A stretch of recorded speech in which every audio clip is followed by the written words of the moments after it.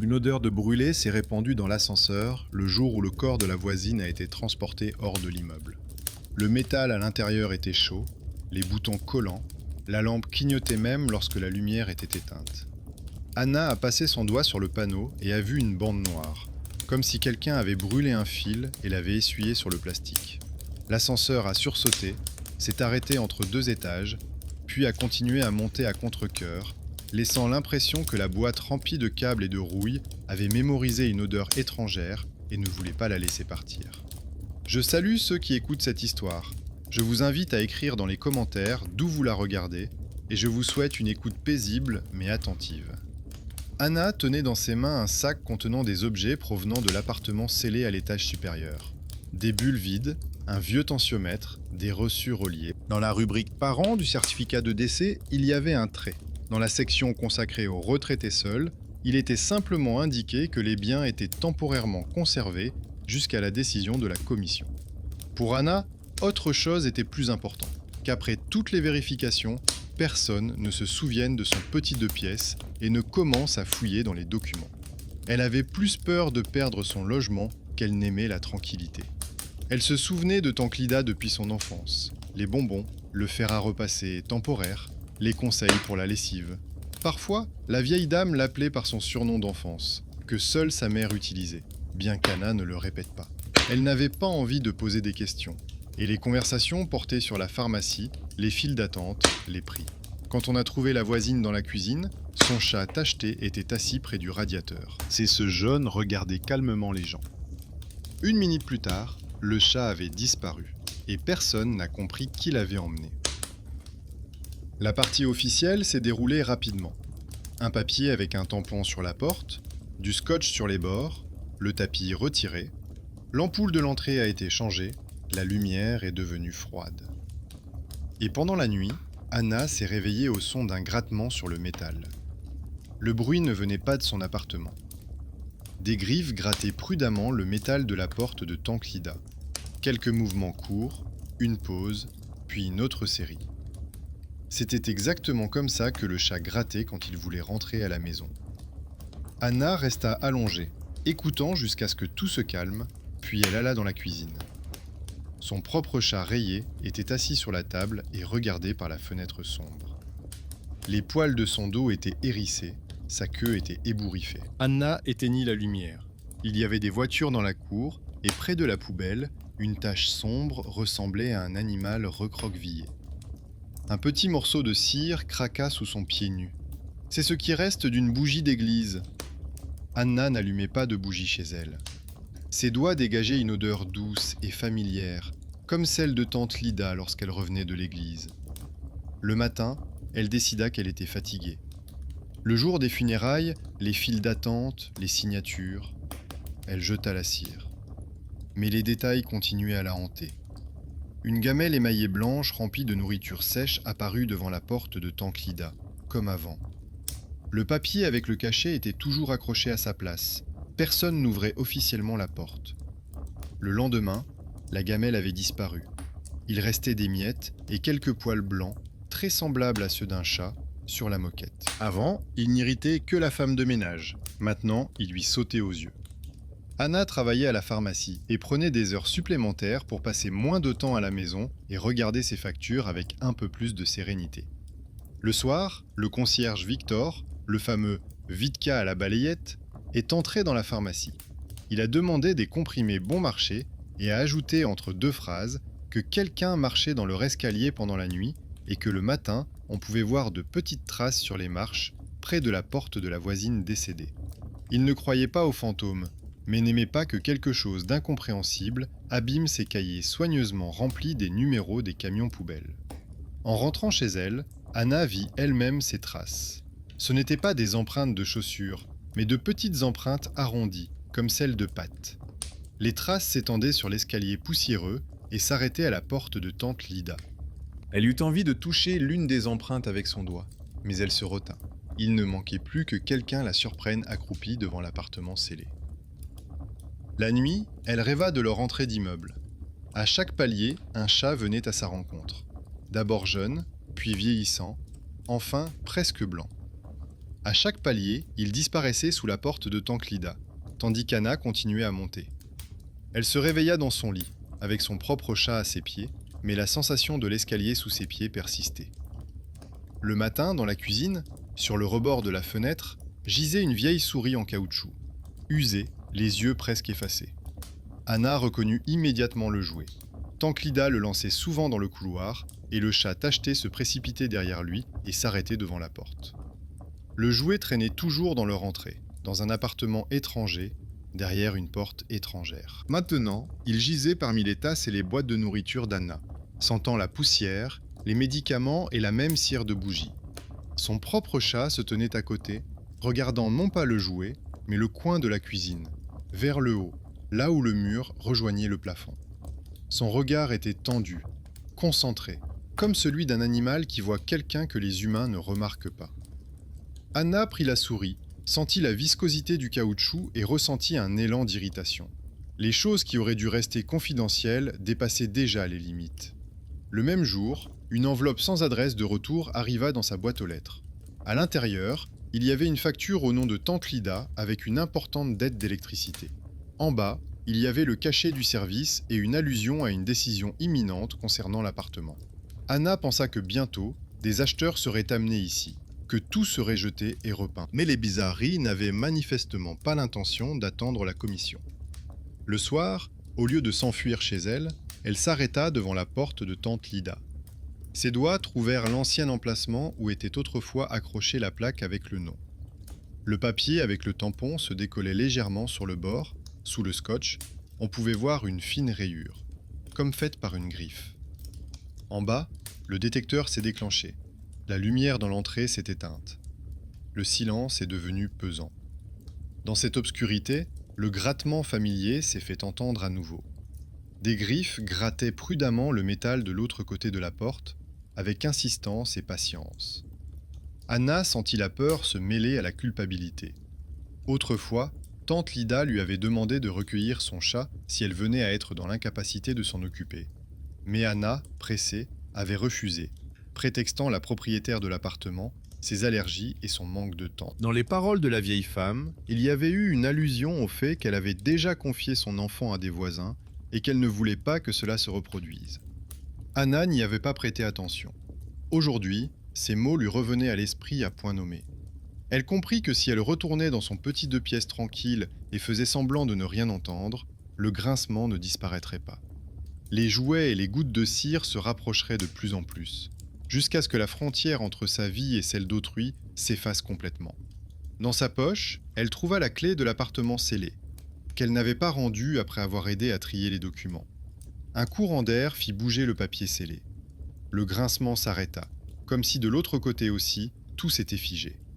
Anna souleva le bord du ruban adhésif, le décolla et sentit le froid du métal sous sa paume. Elle inséra la clé dans la serrure. Le mécanisme cliqua sourdement, comme s'il se réveillait après une longue pause. Pendant quelques secondes, le couloir devint si silencieux qu'on pouvait entendre une voiture passer au loin. Anna inspira, rassembla en un seul point sa peur, son irritation et son inquiétude tardive, puis tira la porte de l'appartement où, d'après les documents, il ne devait y avoir depuis longtemps que de l'air poussiéreux et des meubles dont personne n'avait besoin. Derrière la porte, ça ne sentait pas l'appartement ancien, mais plutôt l'entrée après un nettoyage à l'eau froide, à laquelle se mêlait une odeur persistante de médicaments et de cette cire qui engourdit les doigts. L'air était frais, mais pas vicié, comme si la fenêtre avait été ouverte récemment pendant un court instant.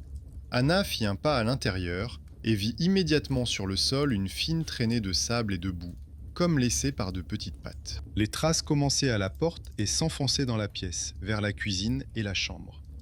Le tampon gisait froissé sur le sol, le ruban adhésif s'était enroulé en une bande grise. Sur la table de l'entrée se trouvait le bol émaillé.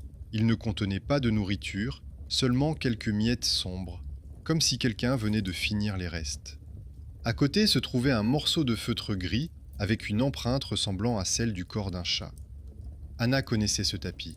Tanklida lui avait raconté un jour que le chat aimait dormir là où on pouvait accidentellement le heurter avec le pied, car il se sentait ainsi plus en sécurité, sachant que des gens étaient à proximité.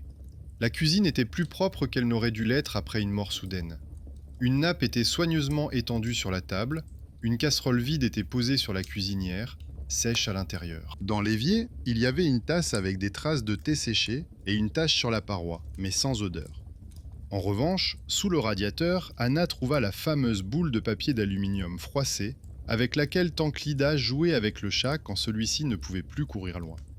La boule n'était pas dans un coin, mais au milieu du sol, comme si quelqu'un venait de la pousser avec la patte. Le plus désagréable se trouvait dans la chambre. Le lit était fait, le couvre-lit tendu, l'oreiller soigneusement appuyé contre le dossier. Une légère neige tombait sur le téléviseur, de petites ondulations blanches, bien que la prise soit débranchée. L'écran reflétait la fenêtre, dans laquelle se reflétait le couloir sombre de l'entrée à la place de la cour.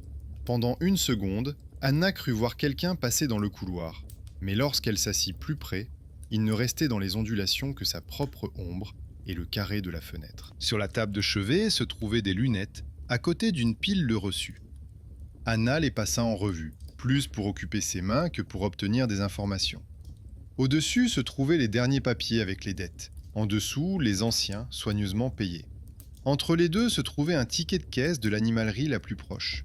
Nourriture sèche, litière, jouet en forme de souris. La date sur le ticket était très récente, presque la même que le jour où Tanklida était tombée malade. Dans la colonne « Acheteur », il y avait un long numéro de carte, mais pas de nom. En face du nom de la nourriture, quelqu'un avait mis une petite croix au stylo, comme une note, à refaire. Anna mit le ticket de caisse dans sa poche, sans trop savoir pourquoi. Elle avait de plus en plus l'impression que cet appartement ne se considérait pas comme vide. Au début, elle pensait que la nuit serait la plus difficile. Mais le vrai poids vint pendant la journée, lorsqu'elle devait aller travailler, apposer des tampons, sourire aux clients et en même temps se souvenir de surveiller l'espace d'autrui. Elle trouva le moyen le plus simple de vérifier ce qui se passait. Elle prit un vieux téléphone qui traînait dans un tiroir, y transféra le minimum de données inutiles et le régla pour enregistrer des vidéos. Elle n'a pas placé le téléphone dans l'appartement de Tanklida, mais dans son couloir, en face de la porte d'entrée de sa voisine. L'objectif filmait la cage d'escalier, la porte dont le seau avait été brisé et une partie de la rampe. La batterie devait tenir toute la nuit. Cette décision a exacerbé la situation. Avant cela, les bizarreries étaient comme un motif sur le papier peint. Désagréables, mais supportables. Avec la caméra, elles se sont transformées en preuves. Anna comprenait que si elle voyait ensuite un couloir vide, elle devrait admettre sa nervosité. Et si elle voyait quoi que ce soit, elle ne pourrait plus se cacher derrière la fatigue et tout mettre sur le compte des courants d'air. La nuit fut agitée. Anna se réveillait à cause des bruissements, qui semblaient s'être intensifiés, mais elle n'osa pas une seule fois sortir dans le couloir. Son chat sauta plusieurs fois du lit, se dirigea vers la porte, s'assit et regarda attentivement dans la fente en dessous, mais sans siffler ni grogner, comme s'il y avait de l'autre côté quelqu'un qui lui était familier, mais étranger à la fois. Au petit matin, Anna est tombée dans un sommeil profond et sans rêve. Le matin, elle a d'abord vérifié son téléphone. Elle se souvenait d'environ la moitié de la nuit, puis le fichier s'interrompait. Sur l'écran, une entrée sombre, la porte de Tanklida, le cercle jaune d'une ampoule. Au début, rien. De légères fluctuations de lumière, des ombres provenant de la fenêtre de l'étage. Puis, les pieds du concierge Victor sont entrés dans le cadre. Il a monté les escaliers, a regardé le papier sur la porte, est resté debout comme s'il écoutait, puis est parti. Ensuite, l'image est restée figée, comme une photographie. Vers le milieu de l'enregistrement, la lampe au-dessus de la porte a légèrement tremblé, la lumière est devenue irrégulière. Une silhouette grise, floue, est apparue dans le coin inférieur de l'image, comme si une moustache et un nez humide avaient brièvement regardé dans l'objectif. La silhouette ne s'est pas approchée de la porte, mais a longé la rampe, dans une direction que la caméra ne filmait pas. Quelques secondes plus tard, une ombre très semblable à celle d'un chat a filé près du seuil de la porte de Tanklida. Elle n'a pas bougé ses pattes, elle s'est simplement déplacée de quelques centimètres, comme si quelqu'un la transportait, alors qu'il n'y avait aucune silhouette humaine à proximité. À la fin de l'enregistrement, la lumière clignota, puis s'éteignit. Au même instant, un bref bruit, semblable à un léger grattement sur du métal, se fit entendre. Puis, tout s'interrompit. Le fichier semblait avoir été coupé au ciseau. Le téléphone n'affichait aucune erreur, L'enregistrement s'était simplement terminé de manière trop abrupte. Anna a fait défiler plusieurs fois le moment où la silhouette est apparue près de la caméra. Elle a essayé de figer l'image, mais le visage de l'animal était flou. Seules ses moustaches, tendues vers l'avant, et une tache semblable à celle autour de l'œil du chat de Tanklida étaient visibles. Anna aurait pu reconnaître son chat parmi 1000 autres, mais celui-ci était différent.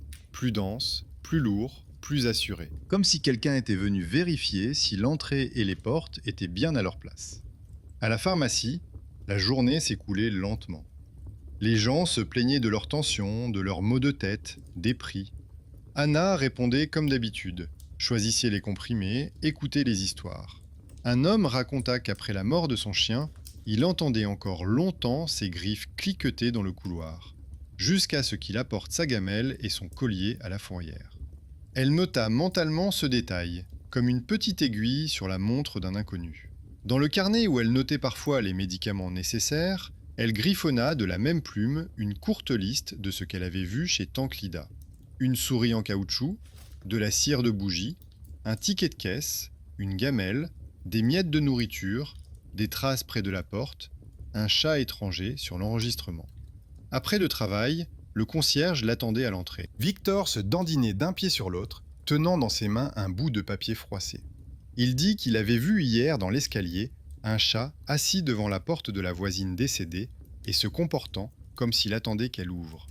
Il se sentit mal à l'aise et frappa à la porte, même s'il savait qu'il ne pouvait y avoir personne. En réponse, il entendit un léger bruit métallique, comme une langue rugueuse léchant la porte. Il ajouta qu'au petit matin, il avait trouvé une petite goutte de cire près de l'ascenseur. Anna comprit que c'était la première fois que quelqu'un d'autre décrivait à haute voix les mêmes détails qu'elle essayait de considérer comme une coïncidence. Une vieille histoire refit surface dans la conversation. Il y a longtemps, Tanklida avait un fils qui avait disparu à l'adolescence. C'était lié à une bande, puis était parti. Certains voisins disaient qu'il était mort, d'autres qu'il était quelque part en prison, d'autres encore pensaient que tout cela n'était que pure invention. Tanklida elle-même ne parlait presque jamais de lui. Une seule fois, en demandant à Anna d'accueillir un chat, elle avait dit qu'elle ne laisserait plus jamais un être vivant tout seul. Cette phrase qui lui était revenue à l'esprit fut la première pièce importante du puzzle. Elle avait l'impression que Tanklida essayait maintenant de faire le contraire, ne pas laisser le chat seul, mais aussi ne pas abandonner les gens. Seulement, elle le faisait avec les moyens dont elle disposait, des reçus qui n'étaient pas les siens, l'odeur de la cire, un vieux jouet. Le soir, au lieu de remettre le téléphone dans le couloir, Anna a décidé de faire un pas qui ouvrait encore plus la porte entre la vie normale et ce qui se cachait à côté. Elle a pris un petit bol dans sa cuisine, y a mis la nourriture qu'elle donnait habituellement à son chat et l'a posée non pas chez elle, mais juste devant la porte de l'appartement de Tanklida. Légèrement sur le côté pour ne pas gêner le passage, mais suffisamment près du seuil. À côté, comme un repère, elle posa la souris en caoutchouc. Son chat se tenait sur le seuil et regardait avec intérêt, mais ne s'approchait pas. Tout l'escalier sentait le dîner habituel et le béton légèrement humide. Anna ferma sa porte en laissant un interstice dans lequel elle pouvait glisser son doigt. Son cœur battait irrégulièrement, même si rien ne s'était encore passé. Elle comprenait qu'en exposant le bol, elle reconnaissait que quelqu'un sonnait depuis l'appartement vide, et pas seulement depuis son imagination. Elle n'a plus mis l'enregistrement pendant la nuit. À un moment donné, elle a entendu les grattements familiers et les pas légers dans l'escalier. Anna était allongée, comptant ses respirations pour ne pas bondir et ouvrir la porte. Son chat leva la tête, écouta, et se mit soudain à ronronner doucement, comme si quelqu'un qu'il connaissait depuis longtemps était apparu derrière la porte. Le matin, la gamelle près de la porte était vide. Il n'y avait ni miettes ni poils à proximité. En revanche, la souris en caoutchouc portait des traces de dents bien nettes, qui n'étaient pas celles de son chat, qui n'aimait pas du tout les jouets, mais celles d'une autre mâchoire, plus grande. Sur le sol en béton, près du seuil, se trouvait un autre morceau de cire, avec une surface plane sur laquelle était clairement imprimé un petit cercle. Anna comprit qu'il s'agissait du fond d'une bougie que quelqu'un avait posée exactement à cet endroit, à la frontière entre les deux appartements. Désormais, elle avait non seulement une certitude intérieure, mais aussi une série d'indices. Le ticket de caisse du magasin, le dessin représentant la silhouette d'un chat, le récit du concierge, les gouttes de cire, le jouet étranger dans sa cuisine et la gamelle vide que quelqu'un avait manifestement léchée jusqu'à la faire briller. La peur avait désormais un numéro d'inventaire, même s'il n'était pas estampillé. Restait la question principale. Pourquoi tout cela à quelqu'un de l'autre côté de la porte ? Et pourquoi le chat de la voisine décédée revenait-il si obstinément ici, dans l'entrée, où les papiers officiels commençaient déjà à être cochés pour la redistribution de la vie d'autrui dans les rubriques appropriées ? Le lendemain matin, l'entrée était inhabituellement bondée. 2 voisines et un homme de la société de gestion s'étaient rassemblés devant la porte de Tanklida. Ils discutaient du fait que l'appartement sentait les médicaments et la cire, que quelqu'un semblait marcher la nuit et qu'un chat étranger courait dans la cour. L'une des femmes a dit qu'elle en avait assez, que son petit-fils était allergique et qu'elle allait écrire une déclaration pour que tout soit rapidement scellé, emporté et vendu. Anna se tenait sur la marche en dessous et écoutait, comme s'il s'agissait d'un objet que l'on voulait jeter pendant que le propriétaire avait le dos tourné. Cela la touchait plus qu'elle ne l'aurait cru. Pour Anna, cet appartement n'était pas seulement un château étranger, mais un morceau de son monde familier. Tanklida avait toujours été comme un décor de fond, la lumière à la fenêtre, l'odeur de sa soupe, le murmure discret de la télévision. À présent, cette toile de fond risquait de devenir un objet problématique, dont on parle dans les documents administratifs. Si les gens de la mairie commençaient à appeler, à venir faire des contrôles, à poser des questions, ils se souviendraient probablement d'elle. Elle habite à côté, travaille à la pharmacie, donc elle aurait dû remarquer. Les paroles de sa supérieure lui revinrent immédiatement à l'esprit. Partout on réduit les effectifs, on cherche les personnes superflues. Et Anna sentit que la simple peur de perdre son logement et son travail se mêlait à cette étrange et tenace angoisse provoquée par les bruits de pas nocturnes. Pendant la pause déjeuner, elle n'arrivait pas à manger tranquillement. Elle sortit de sa poche le ticket froissé de l'animalerie et se mit à l'examiner comme elle examinait les ordonnances, attentivement, ligne par ligne. En haut, l'adresse du magasin. En bas, la date et l'heure, qui correspondait presque à l'heure à laquelle Tanklida était venue chercher ses médicaments pour la dernière fois. Entre les lignes, en petits caractères, figurait le numéro d'une carte de fidélité. À la pharmacie, Anna voyait tous les jours des combinaisons similaires. Elle savait qu'avec une telle carte, on pouvait consulter l'historique des achats. Après le travail, elle se rendit dans ce magasin en se faisant passer pour une cliente ordinaire. À l'intérieur, ça sentait la nourriture sèche et le caoutchouc, et une musique calme jouait. Elle acheta le sac de litière le moins cher pour ne pas paraître suspecte et demanda discrètement à la vendeuse si elle pouvait vérifier le solde de l'ancien ticket de caisse. Celle-ci a pris le papier, a tapé le numéro et a répondu que la carte n'était plus active depuis longtemps, mais que l'historique montrait que presque chaque mois, la même nourriture, la même litière et parfois des jouets étaient achetés ici. Le dernier achat remontait à quelques jours avant la mort de Tanklida. La vendeuse n'a pas révélé le nom du titulaire de la carte, mais a ajouté que la femme venait toujours avec un chat gris dans une cage de transport et demandait de ne pas faire d'annonces bruyantes afin de ne pas effrayer l'animal. Cette petite information l'a à la fois réchauffée et brûlée. Anna a soudainement vu clairement Tanklida plier soigneusement la monnaie, tenir la cage de transport à 2 mains, écouter si le chat toussait. Ces achats reflétaient une attention simple et obstinée, qui n'avait pas disparu simplement parce qu'on avait apposé un cachet et rédigé un certificat de décès. Et maintenant, les voisines à la porte, le concierge avec ses papiers, et même le gardien avec sa casquette fatiguée, semblaient faire partie d'une autre logique, celle où l'essentiel était de libérer au plus vite les mètres carrés. Le soir, Anna a de nouveau laissé le bol devant la porte. Cette fois-ci, elle n'y a pas mis de nourriture, mais simplement de l'eau. Elle a approché du bol une petite soucoupe sur laquelle elle a versé quelques gouttes de lait, comme le faisait autrefois sa grand-mère. À côté, elle posa un vieux couvercle de peau de pharmacie sur la face intérieure duquel elle avait dessiné un petit cercle au stylo noir. C'était son penchant professionnel. Même dans ce rituel étrange, elle voulait avoir un échantillon de référence afin de pouvoir ensuite comparer les traces.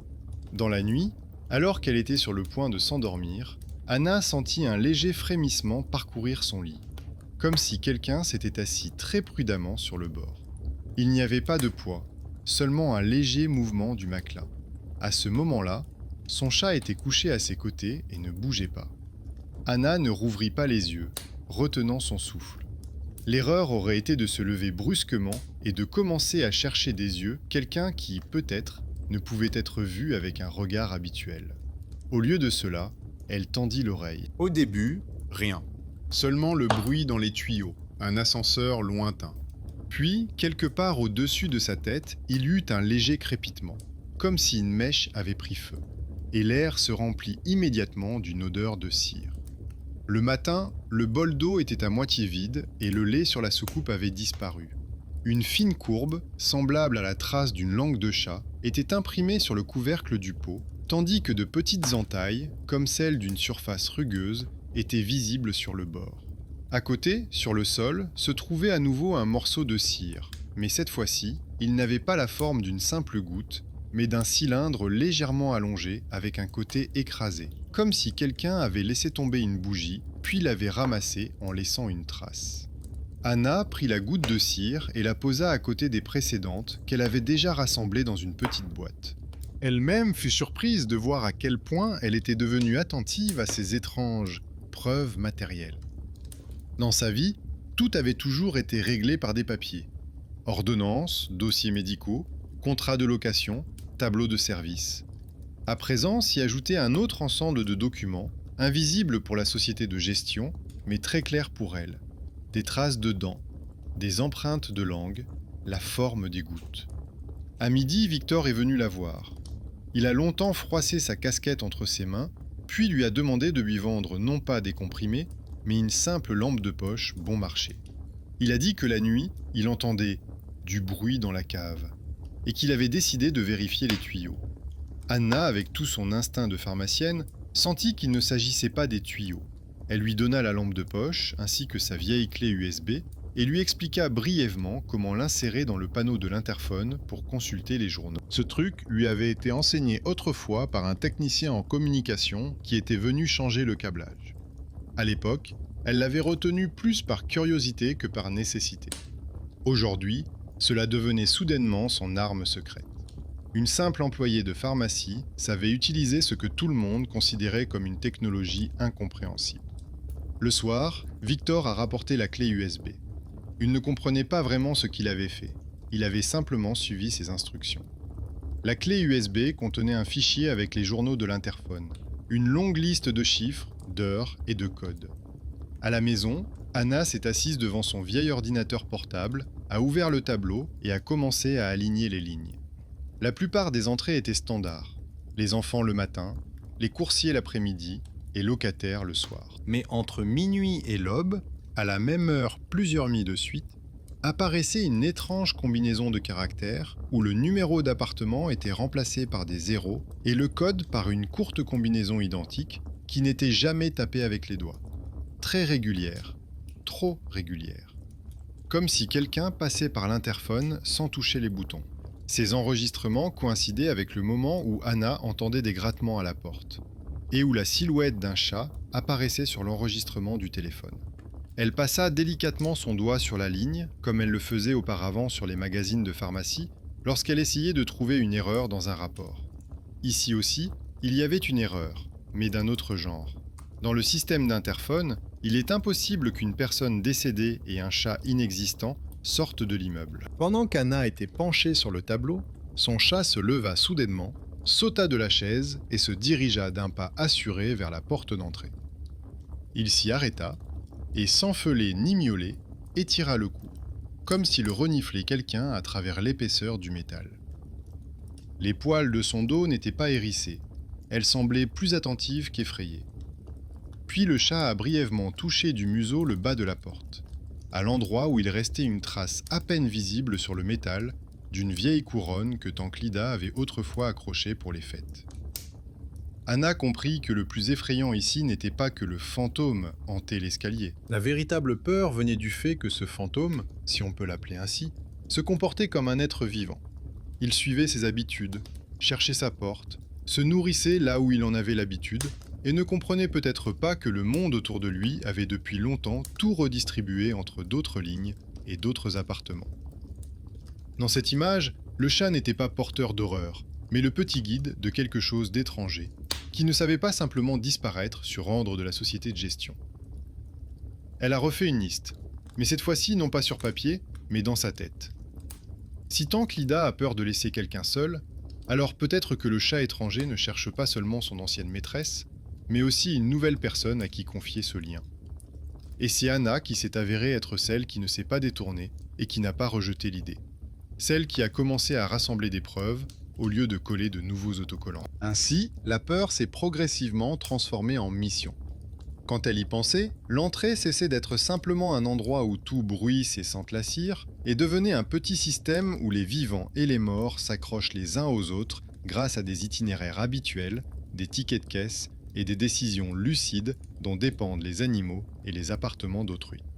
Et c'est de la prochaine action qu'elle choisirait dépendrait si ce système resterait une fissure invisible ou s'il se briserait dans un grand fracas dont les locataires et les chats mettraient longtemps à se remettre. Le soir, une annonce fut affichée dans l'entrée, indiquant que l'appartement de Tank Lida serait présenté à des acheteurs potentiels la semaine suivante. En petits caractères, il était précisé qu'avant cela, les lieux seraient nettoyés, les lignes superflues déconnectées et une inspection effectuée. Anna lut ces lignes et éprouva un sentiment étrange. C'était comme si la vie de quelqu'un était officiellement assimilée à de vieux câbles électriques et à des meubles superflus.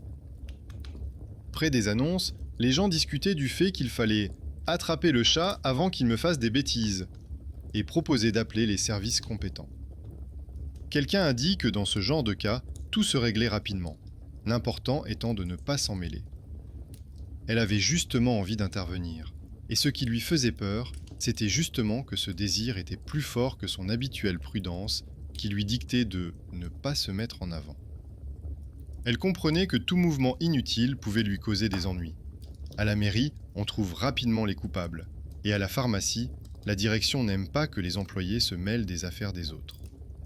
Mais l'idée que le chat allait simplement être attrapé dans un sac et emmené a pris le dessus sur sa peur. À l'intérieur, elle ressentait la même chose que la nuit, lorsqu'une vague d'un poids invisible avait déferlé sur son lit.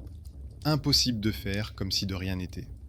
Le lendemain, Anna est allée voir la gérante et lui a proposé de l'aider à trier les médicaments et les documents dans l'appartement. Elle lui a expliqué qu'il serait plus facile de sélectionner immédiatement ce qui ne pouvait pas être jeté, plutôt que d'écrire ensuite des demandes aux hôpitaux et aux cliniques. Ses arguments semblaient raisonnables, et la femme à lunettes a accepté, estimant que cela lui ferait gagner du temps. La clé de l'appartement se trouvait dans son tiroir, comme un simple objet d'inventaire.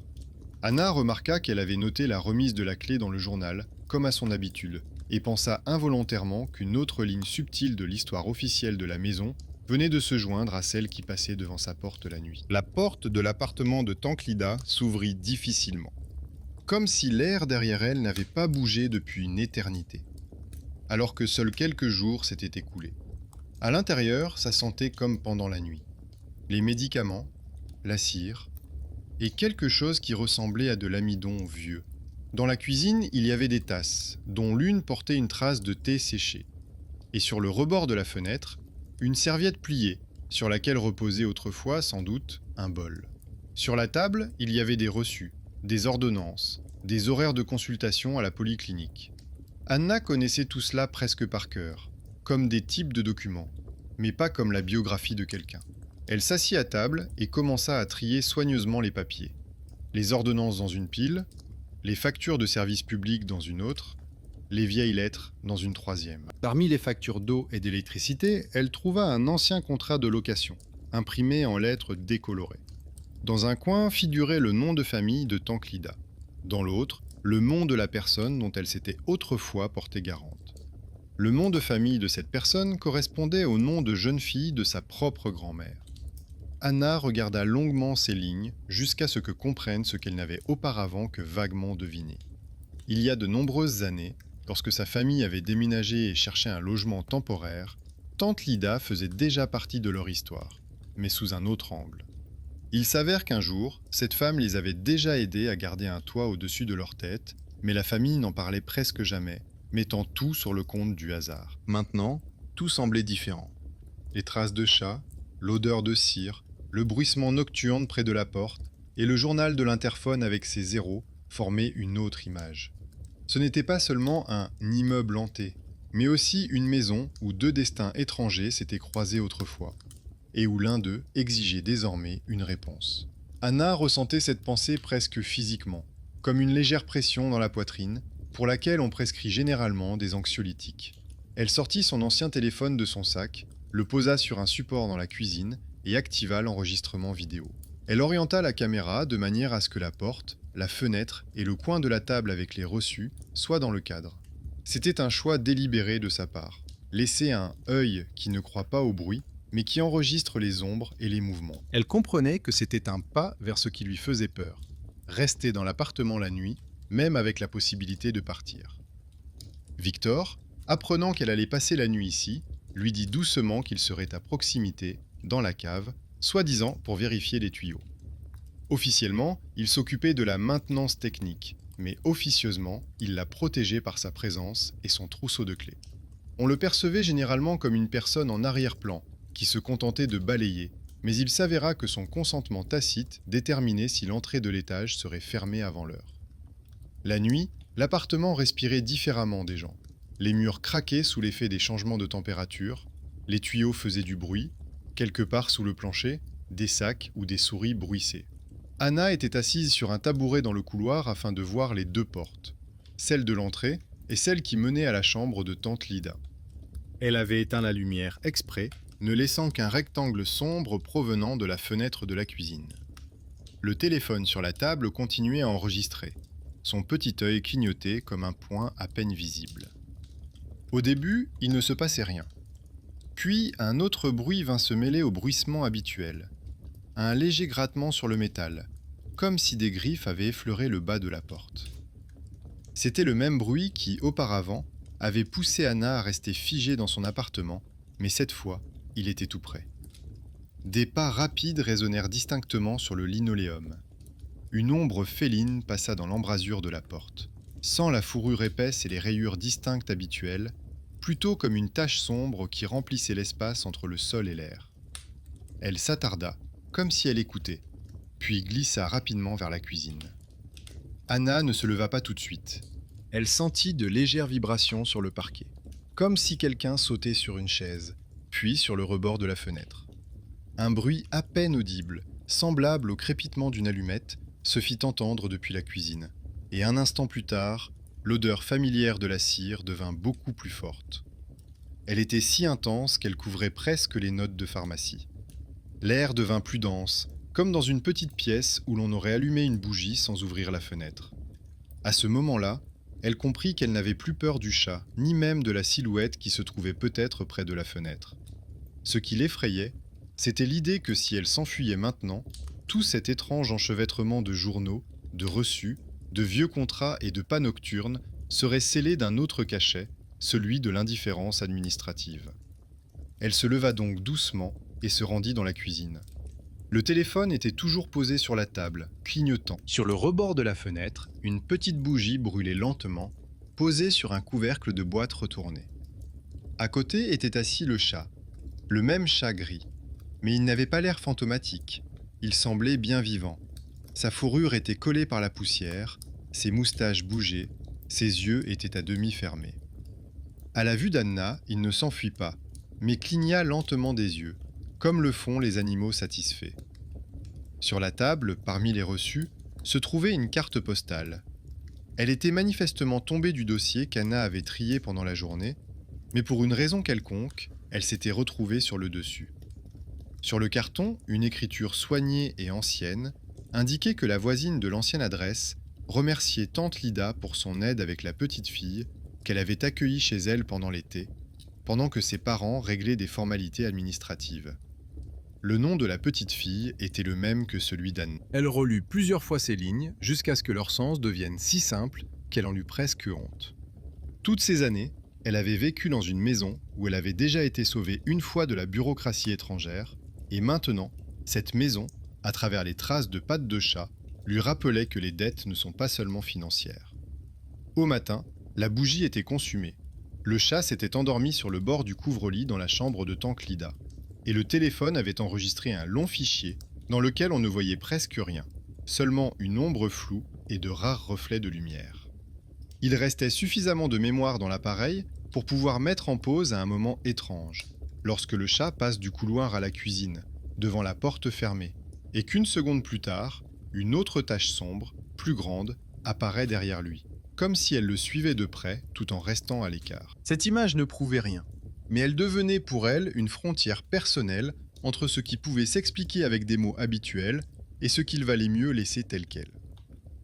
Lorsque la gérante est arrivée avec les clés et les papiers, Anna savait déjà ce qu'elle allait dire. Elle a montré la boîte de médicaments, soigneusement classée par date, a dressé une liste des objets qui ne pouvaient être emportés sans en informer la famille, et a annoncé qu'elle prenait officiellement la chatte chez elle, prête à remplir tous les documents nécessaires pour qu'elle ne soit pas envoyée dans un refuge inconnu.